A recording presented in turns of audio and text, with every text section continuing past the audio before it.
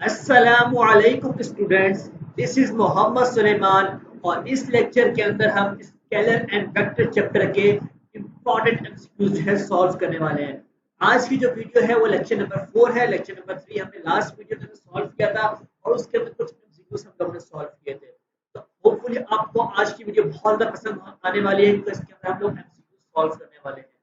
तो first MCQs हमारे पास क्या है? At what angle should the two forces vectors 5 Newton and 12 Newton be added to get a resultant vector of 13 Newton? ये तो मैंने पढ़ लिया इंग्लिश के अंदर एमसीक्यू। देखो भाई, अब इसको समझना है हम लोगों ने। समझना क्या है कि भाई एंगल फाइंड करना है आप लोगों ने। आपको क्या गिवन है? टू फोर्स वेक्टर्स जो है आपको गिवन है। डेटा बनाओ अपने साथ भाई। यहाँ पर F1 जो है आपके पास 5 न्यूटन है और आपके पास एक फोर्स क्या है? 12 न्यूटन। देखो भाई, इसको अपने पास नोट डाउन करते रहो, नोट्स बनाओ ताकि आपको जो है याद रहे। अब उसका बोल रहा है इसको ऐड कर दो तो रिजल्टेंट वेक्टर क्या आ रहा है आपके पास? 13 न्यूटन आ रहा है। सही है भाई। रिजल्टेंट वेक्टर क्या है आपके पास? एफ आर, इसको हम क्या देते हैं, जो कि आपके पास 13 न्यूटन आ रहा है। सॉल्व करने का तरीका क्या है इसको भाई? बहुत सिंपल फॉर्मूला है, आप लोगों को आता भी होगा होपफुली। रिजल्टेंट फोर्स का फॉर्मूला होता है स्क्वायर रूट आपने लेना है फर्स्ट फोर्स का स्क्वायर प्लस सेकंड फोर्स का square plus 2 F1 F2 cos theta. अब देखो भाई, आपको F1 भी गिवन है, F2 भी गिवन है, आपको FR भी गिवन है और आपको क्या निकालना है? थीटा निकालना है। तो आप यहाँ से जो है बिल्कुल आराम से निकाल सकते हैं। आपने जस्ट जो है यहाँ पर वैल्यूज की एडिशन करनी है। अब देखो भाई, पहले इसका स्क्वायर रूट कैंसिल करो। इस तरह कैंसिल करोगे, दोनों तरफ जो है इसका स्क्वायरिंग ऑन बोथ साइड कर लो। सही है। स्क्वायरिंग ऑन बोथ साइड करोगे तो ये आपका जो है यहाँ पर आपका क्या आ जाएगा? स्क्वायर आ जाएगा और ये जो रूट आपका जो है कैंसिल हो जाएगा। सही है। अब आपने क्या है? वैल्यूज पुट करनी है। रिजल्टेंट फोर्स क्या? 13 का स्क्वायर। अब यहाँ पर आपने क्या पुट किया? 13 का स्क्वायर पुट कर दिया। F1 कितना है? 5 का स्क्वायर। F2 कितना है? 12 का स्क्वायर। अब यहाँ पर आपने क्या करना है? 2 लिखा, F1 की वैल्यू पुट कर दी, F2 की वैल्यू पुट कर दी और cos थीटा जो है आपने वैसे ही यहाँ पर रहने दिया। सही है भाई। अब यहाँ पर देखो भाई, इन दोनों को सॉल्व करो। यहाँ पर इन दोनों को सॉल्व करोगे ना, 5 का स्क्वायर 25, 12 का स्क्वायर 144, ऐड करोगे 169 आएगा। सही है। 169। यहाँ पर 13 का स्क्वायर लोगे ना, ये भी 169 आएगा। सही है। 169 में से 169 माइनस कर दो। सही है। यहाँ पर आ जाएगा 0। राइट साइड पे अभी आपके पास क्या चीज बची हुई है? ये चीज बची हुई है। सही है। अब यहाँ पर नोट करो, ये जितना भी यहाँ पर लिखा हुआ है 2 5 का 10 10 12 का जो भी है, आपको जब जाएगा ना यहाँ पर डिवाइड में तो क्या हो जाएगा? 0। आपके पास ये चीज बच के आएगी cos 0 is equal to cos theta. आप यहाँ पर इनवर्स ले लो भाई। Theta is equal to cos inverse. cos inverse जब लोगे ना 0 का, आपके पास क्या एंगल निकल के आएगा? 90 डिग्री आपके पास जो है एंगल निकल के आएगा। तो आपके पास सी ऑप्शन जो है ठीक ऑप्शन है। सही है।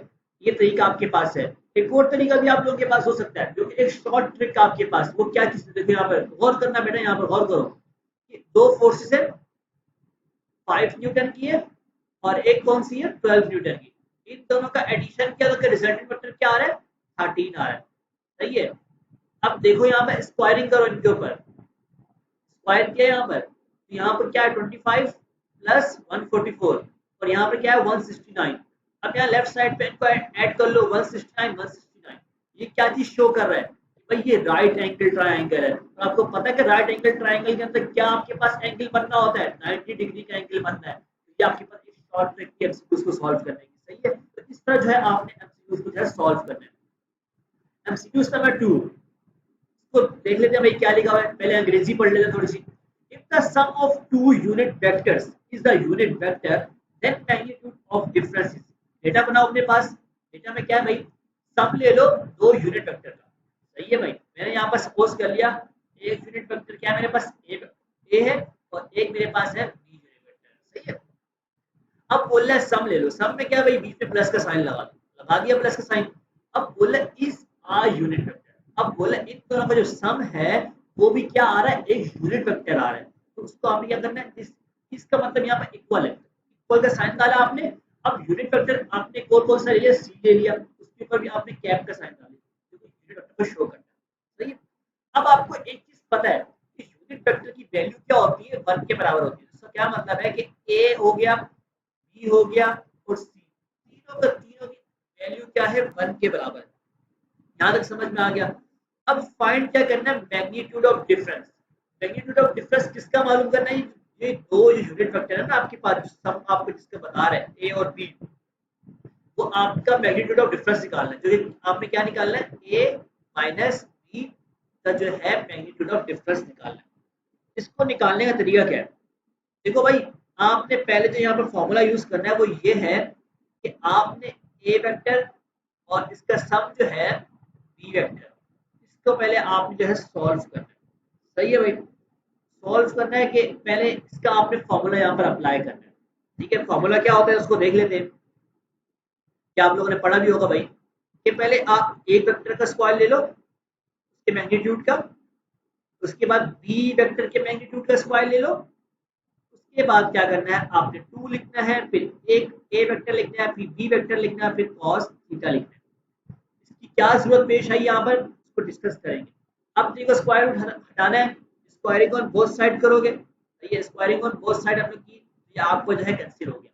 अब देखो आपको इसकी जो है वैल्यू गिवन है सवाल में, किस तरह गिवन है, उसने सवाल में कहा था ना कि sum of two unit vector किसके बराबर, यूनिट वेक्टर। तो यूनिट वेक्टर की वैल्यू क्या होती है, 1 के बराबर होती है। इसका क्या मतलब है, a प्लस बी किसके बराबर है, 1 के बराबर है। तो आपने 1 का स्क्वायर लिया तो क्या आ जाएगा, 1 ही आ जाएगा।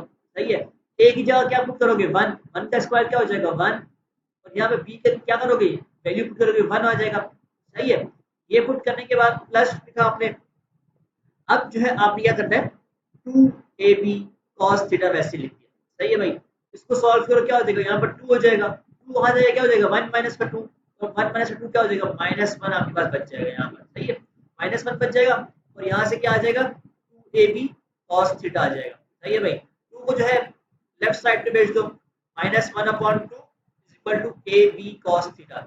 देखो भाई ab cos थीटा की आपके पास वैल्यू आ गई -1/2। ये हमने क्यों निकाली, अभी आपको सारा केस जो समझ में आ जाएगा। हमें फाइंड क्या करना था, ये फाइंड करना था।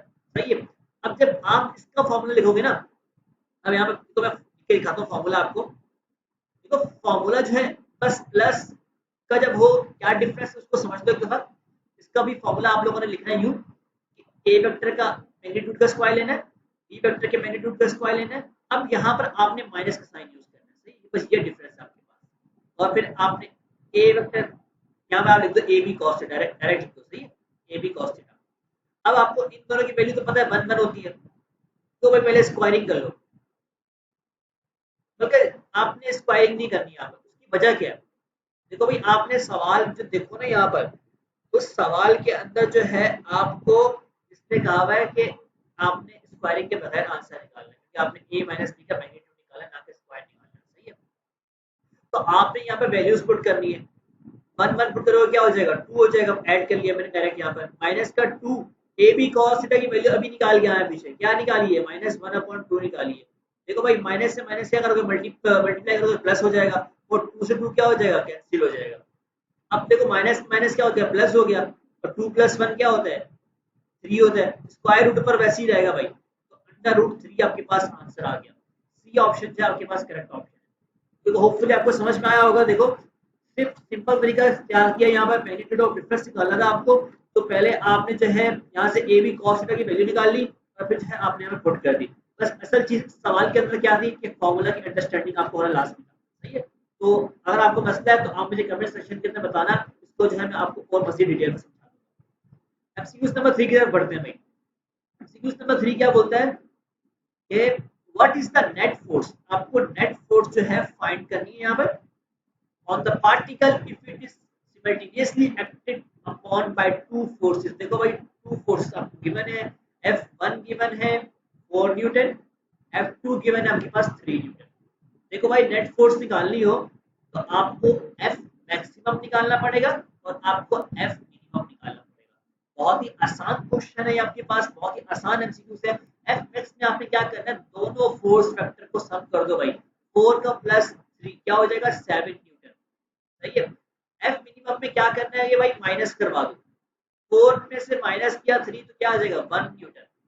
तो भाई आपके पास आंसर क्या आएगा कि 7 न्यूटन एंड 1 न्यूटन। के दरमियान में जो है आपकी नेट फोर्स आएगी। तो आपका डी ऑप्शन जो है करेक्ट ऑप्शन है। सही है, ये आपको इस तरह करके देख सकता है कि भाई 2 न्यूटन एंड 4 न्यूटन, इस तरह के मतलब आपको ऑप्शंस दे सकता है। यहाँ पर सिंगल सिंगल दिए हुए तो ये आपको इस तरह के फॉर्म में भी दे सकते हैं। तो आपको सॉल्व करने का तरीका समझ में आ गया। सही है, नेक्स्ट एमसीक्यू हमारे पास है MCQ number 4। if the magnitude of the resultant forces of the two vector is lesser than the magnitude of the larger force in MCQs, बहुत ट्रिकी एमसीक्यू। सही है, इसको समझ लेते हैं पहले। पहले मैं आपको इसकी बता दूं कि सवाल में कहना क्या चाह रहा है। ये भाई बोल रहा है मैग्नीट्यूड ले लो रिजल्टेंट फोर्स का, सही है, और two vectors, two forces, sorry यहाँ पर, सही है, टू फोर्सेस।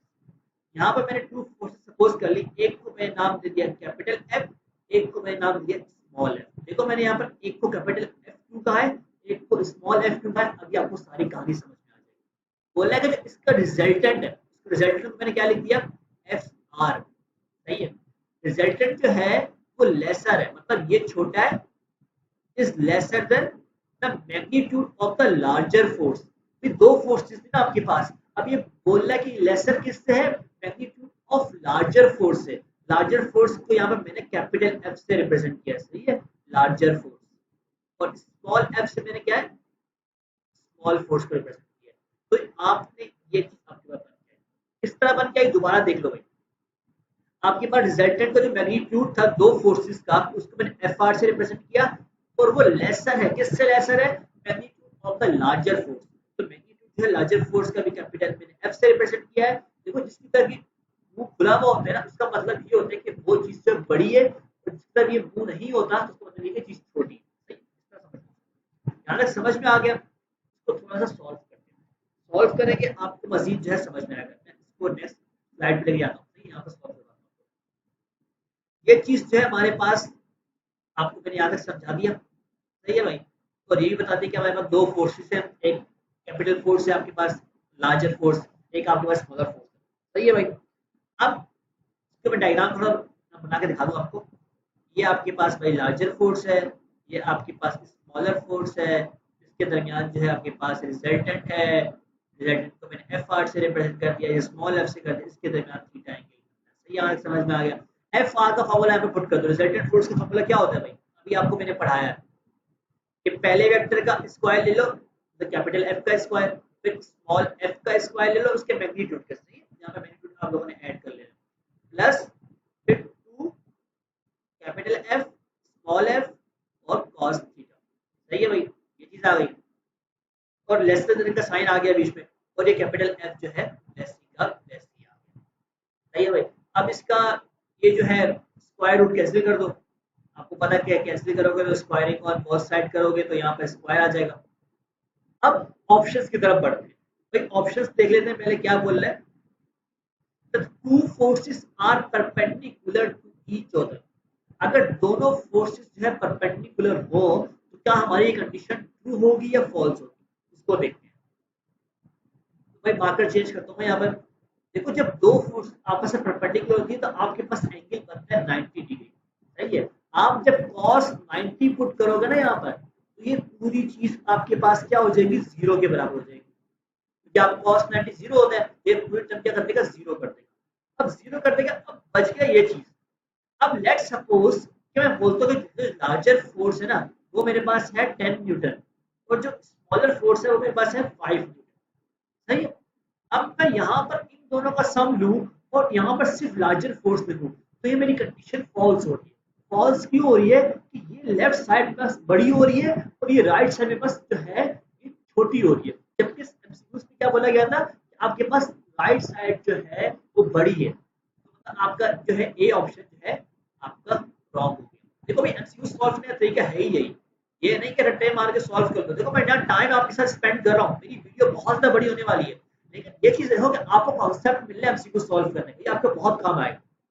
अब ऑप्शन नंबर बी में आओ, they two force in opposite direction. देखो भाई अपोजिट डायरेक्शन की बात हुई है।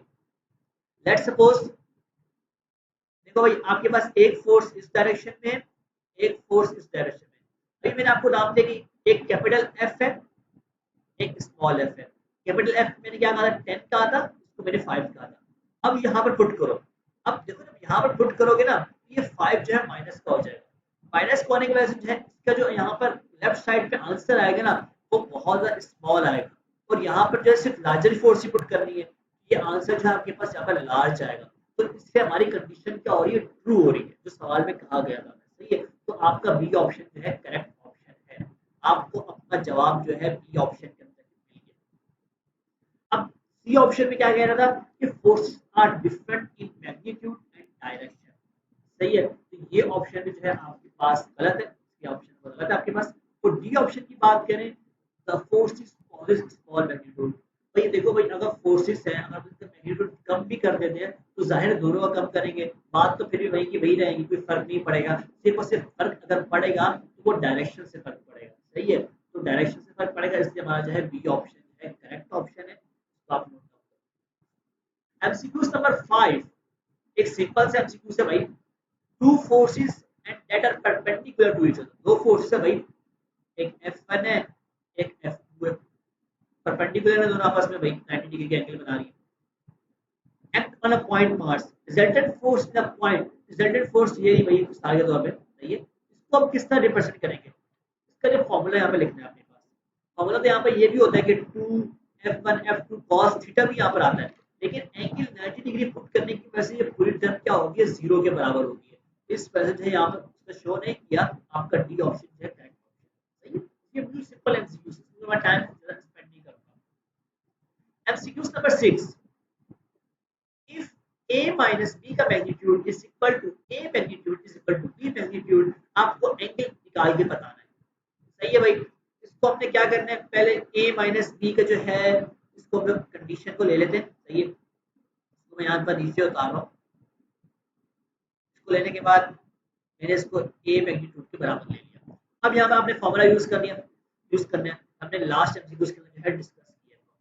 सही है, कि क्या है था, a का मैग्नीट्यूड का स्क्वायर ले लो, b के मैग्नीट्यूड का स्क्वायर ले लो, और माइनस का साइन लगा के 2, या तो आप ए बी कॉस थीटा लिखो, या फिर आप 2a इंटू बी लिखो। सही, ये दो तरीके होते हैं। या तो आप a इंटू, देखो a इंटू बी जो होते हैं ना आपके पास, ये बराबर होते हैं equal to a b cos theta.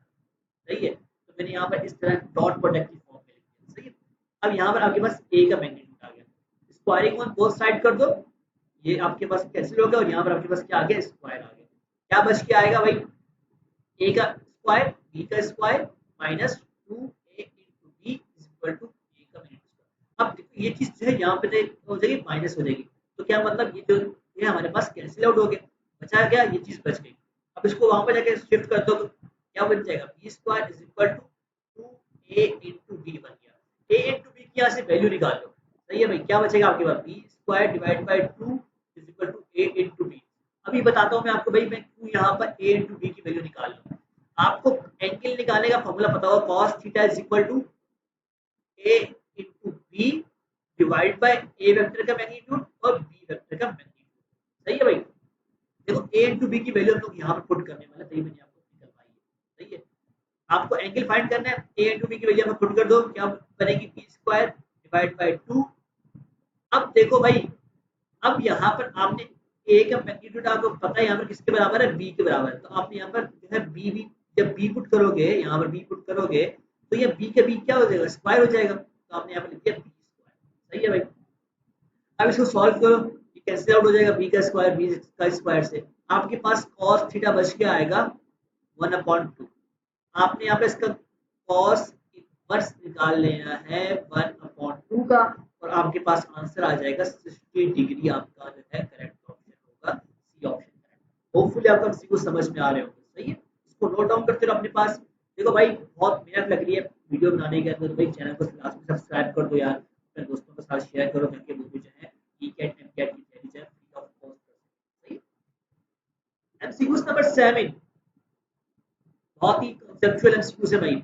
If three vectors A, B and C have magnitudes 5, 12 and 13, देखो भाई, A वेक्टर का मैग्नीट्यूड क्या है 5, B का क्या भाई 12, और C का क्या आपके पास 13। बोल रहा एंगल बता दो B और C के दरमियान का। बच्चे बेवकूफियां करते हैं भाई, शॉर्ट ट्रिक का इस्तेमाल नहीं करते। शॉर्ट ट्रिक क्या है भाई, यहाँ पर पाइथागोरस थ्योरम का यूज करो। क्यों यूज करो पाइथागोरस थ्योरम का भाई, अब A और B वेक्टर का यहाँ पर सम ले लो, 5 का स्क्वायर 12 का स्क्वायर, और यहाँ पर आपके पास सी क्या है, रिजल्टेंट है 13 का स्क्वायर। सही है, उसने यहाँ पर आपको कंडीशन दी हुई है प्लस बी इक्वल टू सी के बराबर। सही है, सॉल्व करोगे दोनों तरफ से 169 आएगा। क्या मतलब ये है कि इनके दरमियान जो है ये एक राइट एंगल ट्राइंगल है। सही है, एक राइट एंगल ट्राइंगल क्योंकि इसकी दोनों साइड जो है प्रूफ हो गई है। सही है भाई, अब ये आपके पास क्या था, ए वेक्टर था, ये आपके पास क्या था, बी वेक्टर था, ये आपके पास क्या था, सी वेक्टर। एंगल की शुद्ध निकालना है आपने बी और सी के दरमियान, मतलब यहाँ पर जो है आपको क्या निकालना है यहाँ पर। अब यहाँ पर क्या करो, सारा देख रहे हो कॉस नजर आ रहा है, तो मतलब यहाँ पर कॉस थीटा अप्लाई करो। कॉस थीटा क्या होता है, बेस अपॉन हाइपोटेन्यूज। और बेस का देखने का तरीका क्या है, तरीका बताता हूँ भाई। एंगल के सामने जो चीज होती है ना वो होती है परपेंडिकुलर, जो एंगल के साइड पे होती है ये होती है आपके पास बेस। बेस आपके पास क्या, बी की वैल्यू क्या गिवन है आपके पास 12 गिवन है, तो आपने क्या पुट कर दिया 12 पुट कर दिया। और हाइपोटेन्यूज आपके पास सी है, उसकी वैल्यू क्या गिवन है 13 गिवन है, 12 अपॉन 13। अब देखो यहाँ पर कॉस इनवर्स की फॉर्म में आप वहां पे शिफ्ट कर दो, कॉस इनवर्स हो जाएगा और क्या बनते हैं 12 डिवाइड बाय 13। तो आपके पास कौन सा ऑप्शन ठीक आ रहा है भाई, A option is the correct option. सही है। एमसीक्यूज नंबर 8 आपके पास क्या कहते हैं, two forces F1 and F2 act on a body। सही है भाई, दो फोर्सेस गिवन है F1 और F2। one of the forces is double of the other force। देखो भाई, हमें जो F1 फोर्स गिवन है मैं उसको नाम दे रहा हूँ F का नाम दे रहा हूँ। सही है, क्यों दे रहा हूँ समझ में आई आगे। F2 को जो है, अब उसने हमें सवाल में कहा था कि एक फोर्स जो है उसमें से वो डबल है दूसरी फोर्स की, तो मैं कहता हूँ जो F2 है ना वो डबल है पहली वाली फोर्स के जो कि F है, क्योंकि मैंने इसको F कह दिया ना तो मैं यहाँ पर F लिख सकता हूँ। सही है, समझ में आई केस कि भाई या तो आप F1 को ले लो या फिर आप F2 को ले लो, इसके डबल ले लो किसी भी एक फोर्स की। तो मैंने भाई F2 को डबल ले लिया पहली वाली फोर्स की। सही, ज्यादा समझ में आया। अब बोला resultant of these forces is equal to larger force. अब बोला जो रिजल्टेंट है एफ आर वो किसके बराबर है, लार्जर फोर्स के। अब लार्जर फोर्स क्या होगी, F2 होगी। उसकी वजह क्या है कि भाई इसको हमने 2 से मल्टीप्लाई किया है F1 के। लेट्स सपोज अगर मेरे पास F1 है 5 न्यूटन की फोर्स, तो F2 क्या होगी 10 न्यूटन की फोर्स, तो बड़ी कौन सी हुई, F2 वाली हुई। तो इस वजह से मैं इसको किसके बराबर ले सकता हूँ, 2F के बराबर लिख सकता हूँ। सही। अब यहाँ पर आपने क्या करना है, रिजल्टेंट फोर्स का फॉर्मूला यूज करना। सही है भाई, फॉर्मूला आप लोगों को तो याद हो चुका होगा। फॉर्मूला क्या कहता है भाई, पहले F1 का स्क्वायर ले लो। F1 तो जाहिर है उसने F ही कह दिया था, तो आपने F का स्क्वायर ले लिया। अब यहाँ पे क्या होगा 2F का स्क्वायर आएगा, तो क्या हो जाएगा 4F स्क्वायर बन जाएगा। सही है, उसके बाद क्या होगा प्लस का 2, फिर आपने एक फोर्स ले ली, फिर आपने दूसरी फोर्स ले ली, बीच में क्या हो जाएगा कॉस थीटा आ गया, और आपके पास राइट साइड पे क्या आएगा 2F आएगा, 2F आएगा। अब मैं कहता हूँ इसका स्क्वायर रूट कैंसिल करो, स्क्वायर रूट कैंसिल किया यहाँ पर क्या हो जाएगा स्क्वायर हो जाएगा, स्क्वायर होने की वजह से क्या हो जाएगा 4F स्क्वायर बन जाएगा आपके पास। सही है, यहाँ तक समझ में आ गया। इसको सॉल्व करो, ऐड कर दो क्या हो जाएगा 5F स्क्वायर, इसको मल्टीप्लाई करो 2 टू द 4 और F को F से मल्टीप्लाई करो F स्क्वायर और cos थीटा, और ये आपके पास जो है 4F स्क्वायर। अब देखो 5F स्क्वायर वहां जाके जब माइनस होगा तो क्या बचेगा, माइनस का F स्क्वायर बच जाएगा, और यहाँ पर क्या बचेगा 4F स्क्वायर cos थीटा बच जाएगा। सही है, F स्क्वायर से F स्क्वायर कैंसिल हो जाएगा, और क्या चीज बच के आएगी cos theta is equal to minus, अब आपके पास 4 जो है राइट साइड में जो -1/4, देखो cos इनवर्स की फॉर्म में, तो cos इनवर्स की फॉर्म में लिख दो भाई, सिंपल सी बात है -1/4। कौन सा ऑप्शन ठीक है, ये ऑप्शन ठीक है भाई। समझ में आ गया, बहुत सिंपल एमसीक्यू से भाई, सिर्फ थोड़ा सा कांसेप्ट लगा लो, बहुत आसान है। एमसीक्यू नंबर 9 थोड़ा सा conceptual सवाल। A person traveled 10 kilometer north and 12 kilometer east. What will be the displacement from the initial point? देखो भाई यहाँ पर आप जो है ड्रॉ कर लो, करके दिखाया तो यहाँ पर मैं आपको दिखा रहा हूँ, बताता हूँ आपको साथ साथ। यहाँ पर हमने जो है नॉर्थ ईस्ट साउथ और वेस्ट बना के आपको जो है सवाल सॉल्व करवाने वाला हूँ आपको। ये आपके पास नॉर्थ है, ये आपके पास ईस्ट है, ये आपके पास जो है साउथ है, और ये आपके पास जो है वेस्ट है। देखो भाई मार्कर चेंज करता हूँ। क्या बोल रहे हैं सवाल में कि 10 किलोमीटर जो है नॉर्थ ट्रैवल कर रहा है, और कहाँ से कर रहा है, इनिशियल इनिशियल पॉइंट आपका लेट्स सपोज ये था ओरिजिन, 10 किलोमीटर जो है नॉर्थ में गया, ये ऊपर की तरफ चला गया, सही है, यहाँ तक पहुंच गया, क्या था 10 किलोमीटर। फिर कहाँ गया 12 किलोमीटर ईस्ट में गया, ईस्ट किस डायरेक्शन में, इस डायरेक्शन में, तो यहाँ 20 किलोमीटर चल गया इसने। अब क्या बोलता है डिस्प्लेसमेंट, तो भाई डिस्प्लेसमेंट की डेफिनेशन पता होनी चाहिए कि भाई शॉर्टेस्ट डिस्टेंस होता है, शॉर्टेस्ट डिस्टेंस होता है, शॉर्टेस्ट डिस्टेंस क्या बनता है, ये जो है आपके पास ये शॉर्टेस्ट डिस्टेंस है इनिशियल पॉइंट से फाइनल पॉइंट तक, सही है। तो ये जो है आपने फाइंड करना, तो ये आपके पास क्या है, ये आपके पास रिजल्टेंट है। तो रिजल्टेंट आप देखो यहाँ पर आपके पास 90 डिग्री एंगल बनना है, पाइथागोरस का जो है इस्तेमाल करो यहाँ पर, C square is equal to A square plus B square, सही है भाई। सी स्क्वायर आप लोगों ने फाइंड करना है, ए आपके पास गिवन है, क्या गिवन है 10 का स्क्वायर, प्लस बी क्या आपके पास 20 का स्क्वायर, सही है भाई। यहाँ पर आपने स्क्वायर कैंसिल करना है, तो स्क्वायर रूट ले लो भाई, तो क्या बच जाएगा यहाँ पर 10 का स्क्वायर 100, 20 का स्क्वायर क्या होता है 400, और सी आपके पास निकल के आएगा 500 का स्क्वायर रूट। स्क्वायर रूट लोगे इसके बाद आंसर आएगा 22.36। B option is the correct option. तो इस तरह इसने आपको पूछा गया। यहाँ पर एक पॉइंट है भाई, इसको नोट डाउन कर लो अपने पास, सही है भाई।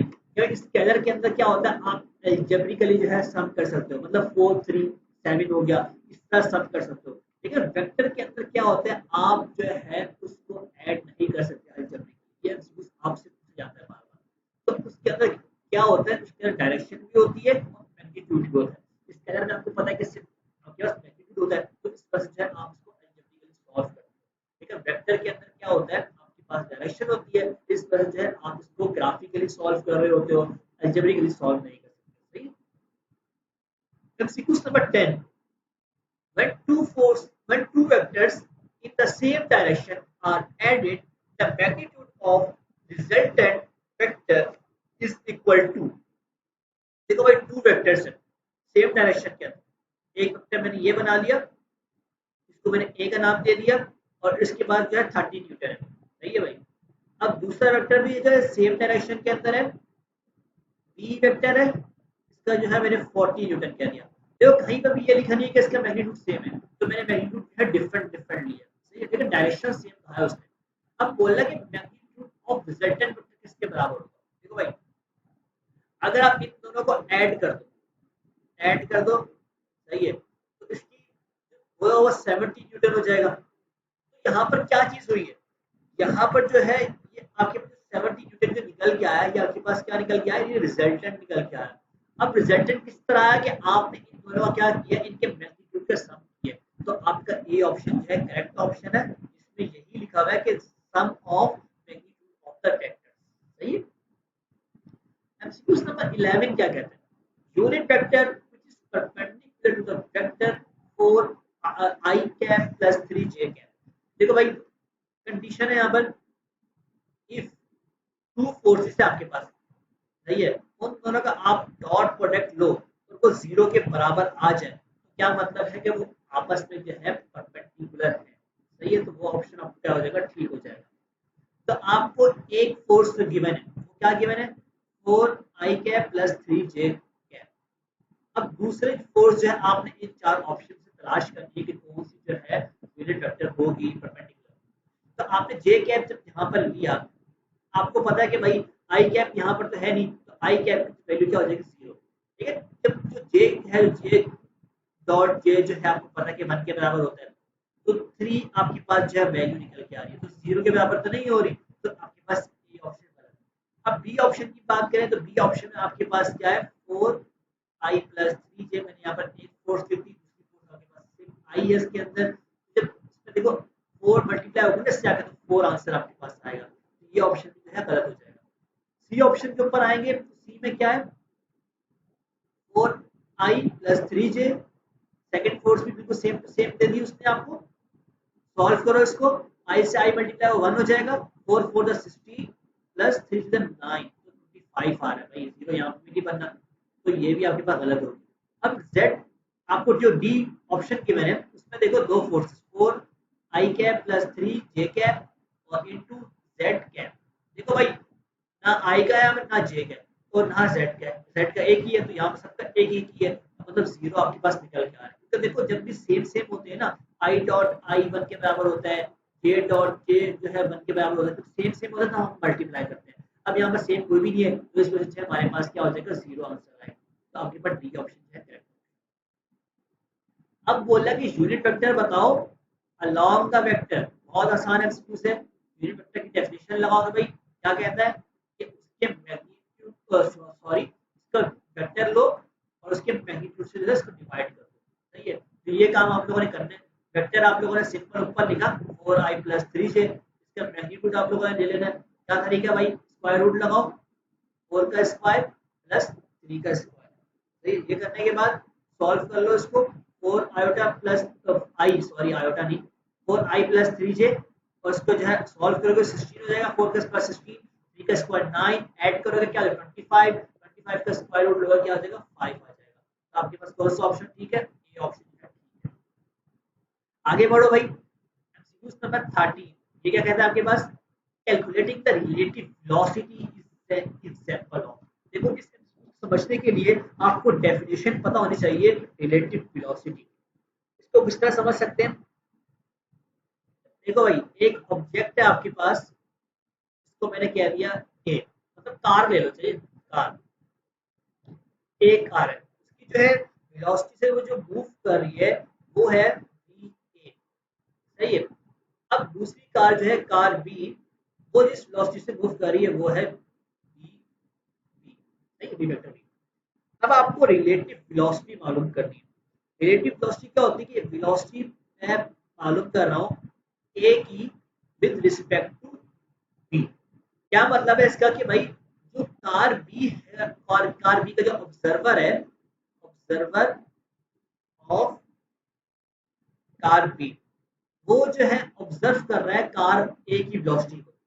ठीक है, अब इसको लिखते किस तरह, आपने इसको इस तरह लिखना होता है ए इंटू बी। ये क्या बता रहा है कि बी का जो है ऑब्जर्वर जो है ऑब्जर्व कर रहा है ए को, तो आप रिलेटिव वेलोसिटी निकाल लें। तो इसको किस तरह निकालते हैं कि बी ए में से माइनस कर देते हैं बी बी को। तो आपने क्या किया यहाँ पर, आपने वेक्टर की सब्ट्रैक्शन की है। सही है, तो बी ऑप्शन जो है करेक्ट ऑप्शन है। कितना कंसेप्चुअल आपसे एमसीक्यू से पूछा गया है।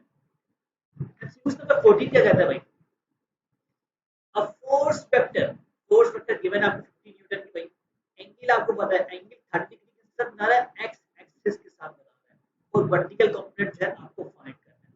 तो भाई एक्सिस ड्रॉ कर लेते हैं सबसे पहले अपने यहाँ पर, एक्स एक्सिस वाई एक्सिस हो गया यहाँ पर। अब क्या करना है, अब यहाँ पर जो है मैं आपको यहाँ पर फोर्स जो है ड्रॉ करके दिखाता हूँ। 50 न्यूटन की फोर्स है, इसको मैंने एफ का नाम दे दिया। एंगल बना रहे हैं एक्स एक्सिस के साथ, ये बात याद रखना कि भाई वो कभी वाई एक्सिस पूछ सकता है। तो ये एक्स एक्सिस के साथ जो एंगल बना रही है 30 डिग्री का। अब इसको जो कंपोनेंट में डिसॉल्व कर लो। सही है भाई, कंपोनेंट में डिसॉल्व कर लिया। अब यहाँ पर एफ एक्स है और यहाँ पे जो है एफ वाई। सही है, अब एफ वाई निकालना है हम लोग को। सही है, फॉर्मूला क्या बनेगा एफ वाई का, कि हम लोग यहाँ पर क्या चीज यूज करेंगे, साइन थीटा। साइन थीटा मैंने आप लोगों को बताया था किस तरह देखते हैं कि परपेंडिकुलर अपॉन हाइपोटेन्यूज। तो परपेंडिकुलर क्या होता है, जो एंगल के सामने वाली चीज होती है साइन के अंदर, जो एंगल के सामने क्या एफ वाई है, तो आपके पास पी क्या हो जाएगा एफ वाई हो जाएगा। हाइपोटेन्यूज क्या है, ये एफ है आपके पास, एफ लिख दिया और ये साइन थीटा आ गया। तो एफ वाई किसके बराबर आएगा, एफ साइन थीटा के। एफ की वैल्यू पता है आपको 50 है, थीटा की वैल्यू पता है कि आपके पास क्या है 30 डिग्री है। पुट कर दो भाई 50 इंटू साइन 30। देखो भाई मैंने एक वीडियो बनाई है, उसके अंदर मैंने आपको तमाम एंगल्स निकालने का तरीका बताया है विदाउट कैलकुलेटर। तो उसको जो है उसका लिंक जो है मैं आपको अभी आइकन में दे दूंगा और उसका जो है लिंक डिस्क्रिप्शन में दे दूंगा, तो आप उसको जो है जाके देख सकते हैं। तो जब भाई साइन 30 की वैल्यू आप लोग यहाँ पर पुट करोगे और 50 से उसको मल्टीप्लाई करोगे तो जो है आपके पास आंसर निकल के आएगा, वो आपको जो है करेक्ट ऑप्शन। तो भाई इसको सॉल्व कर लेना। सही है, यहाँ पे इसको सॉल्व करोगे जो करेक्ट ऑप्शन आएगा तो उसको आप लोग जो है करने के बाद मुझे कमेंट सेक्शन में मुझे बता देना। ठीक है, MCQ number 15, what is the resolved form of for a vector which is 5 units in long and is inclined at an angle of 45 degree to the x axis।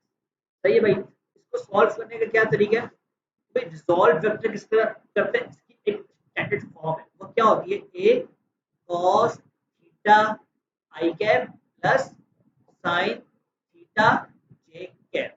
सही है भाई। आपको सवाल में ए की वैल्यू गिवन है, वो क्या है 5 गिवन है। सही है भाई। थीटा गिवन है, क्या गिवन है 45 डिग्री गिवन है। पुट कर दो भाई जस्ट 5 cos 45 डिग्री का आई कैप प्लस साइन 45 डिग्री का जे कैप।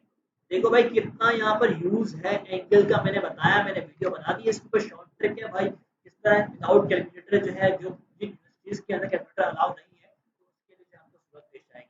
सही है। तो 5 आपने वैसे के cos 45 जो होता है 1/√2 के बराबर होता है, आई कैप वैसे का वैसे ही आएगा। तो साइन 45 जो है वो भी 1/√2 के बराबर होता है, तो जे कैप जो है वैसे साथ में आ जाएगा। अब 5 को मल्टीप्लाई कर दो फिर ब्रैकेट से, क्या हो जाएगा 5 डिवाइड बाय √2 का आई कैप प्लस 5 डिवाइड बाय √2 का जे कैप। आंसर देख लो, ये ऑप्शन है करेक्ट ऑप्शन। तो आज की वीडियो में गाइस हम लोग 15 एमसीक्यूज जो है सॉल्व किए हैं। ये 15 एमसीक्यूज जो है आपके मिलिट्री टेस्ट के पॉइंट ऑफ व्यू से इंपॉर्टेंट एमसीक्यूज थे। नेक्स्ट वीडियो जो है मैं वेक्टर की दोबारा से लेके आऊंगा, उसके अंदर जो है मैं मजीद जो है एमसीक्यूज जो है सॉल्व करवाऊंगा। होपफुली आपको ये वीडियो बहुत पसंद आई होगी। देखो भाई इसको अपने पास नोट डाउन करो, अगर आप नोट डाउन नहीं कर रहे अपने पास तो इस वीडियो को देखने का कोई फायदा नहीं होगा, क्योंकि आप लोग आपके जहन से 4-5 दिन बाद ये चीजें सारी निकल जाएगी। देखो मेन फोकस आपका इस तरह होना चाहिए कि आपने एमसीक्यूज को जो है ये ऑप्शन से भी सॉल्व करना है और जो है आपने उसको कांसेप्चुअल अंडरस्टैंडिंग के साथ सॉल्व करना है। मैं हमेशा वीडियो के अंदर यही बातें जो है आपके साथ अर्ज करता हूं ताकि आप जो है एक अच्छे अंदाज में तैयारी कर सकें। ठीक है। वो तमाम स्टूडेंट्स, बहुत सारे बच्चे ऐसे होते हैं जो कि फीस अफोर्ड नहीं कर पाते, तो इस वजह से मैं लेक्चर प्रोवाइड कर रहा हूं। तो आप हमारे चैनल को लाजमी सब्सक्राइब करें यार, बहुत मेहनत से वीडियो बनाई जाती है कि ताकि आप एक सब्सक्राइब करेंगे, इससे हमें मोटिवेशन मिलेगा। अपने दोस्तों के साथ लाजमी शेयर करें। और thank you for watching this video and like, video को लाइक भी किया करो यार, वीडियो में लाइक बिल्कुल भी नहीं आती तो फिर थोड़ा सा दिल उदास सा हो जाता है, तो उसको लाजमी लाइक करो। ठीक है।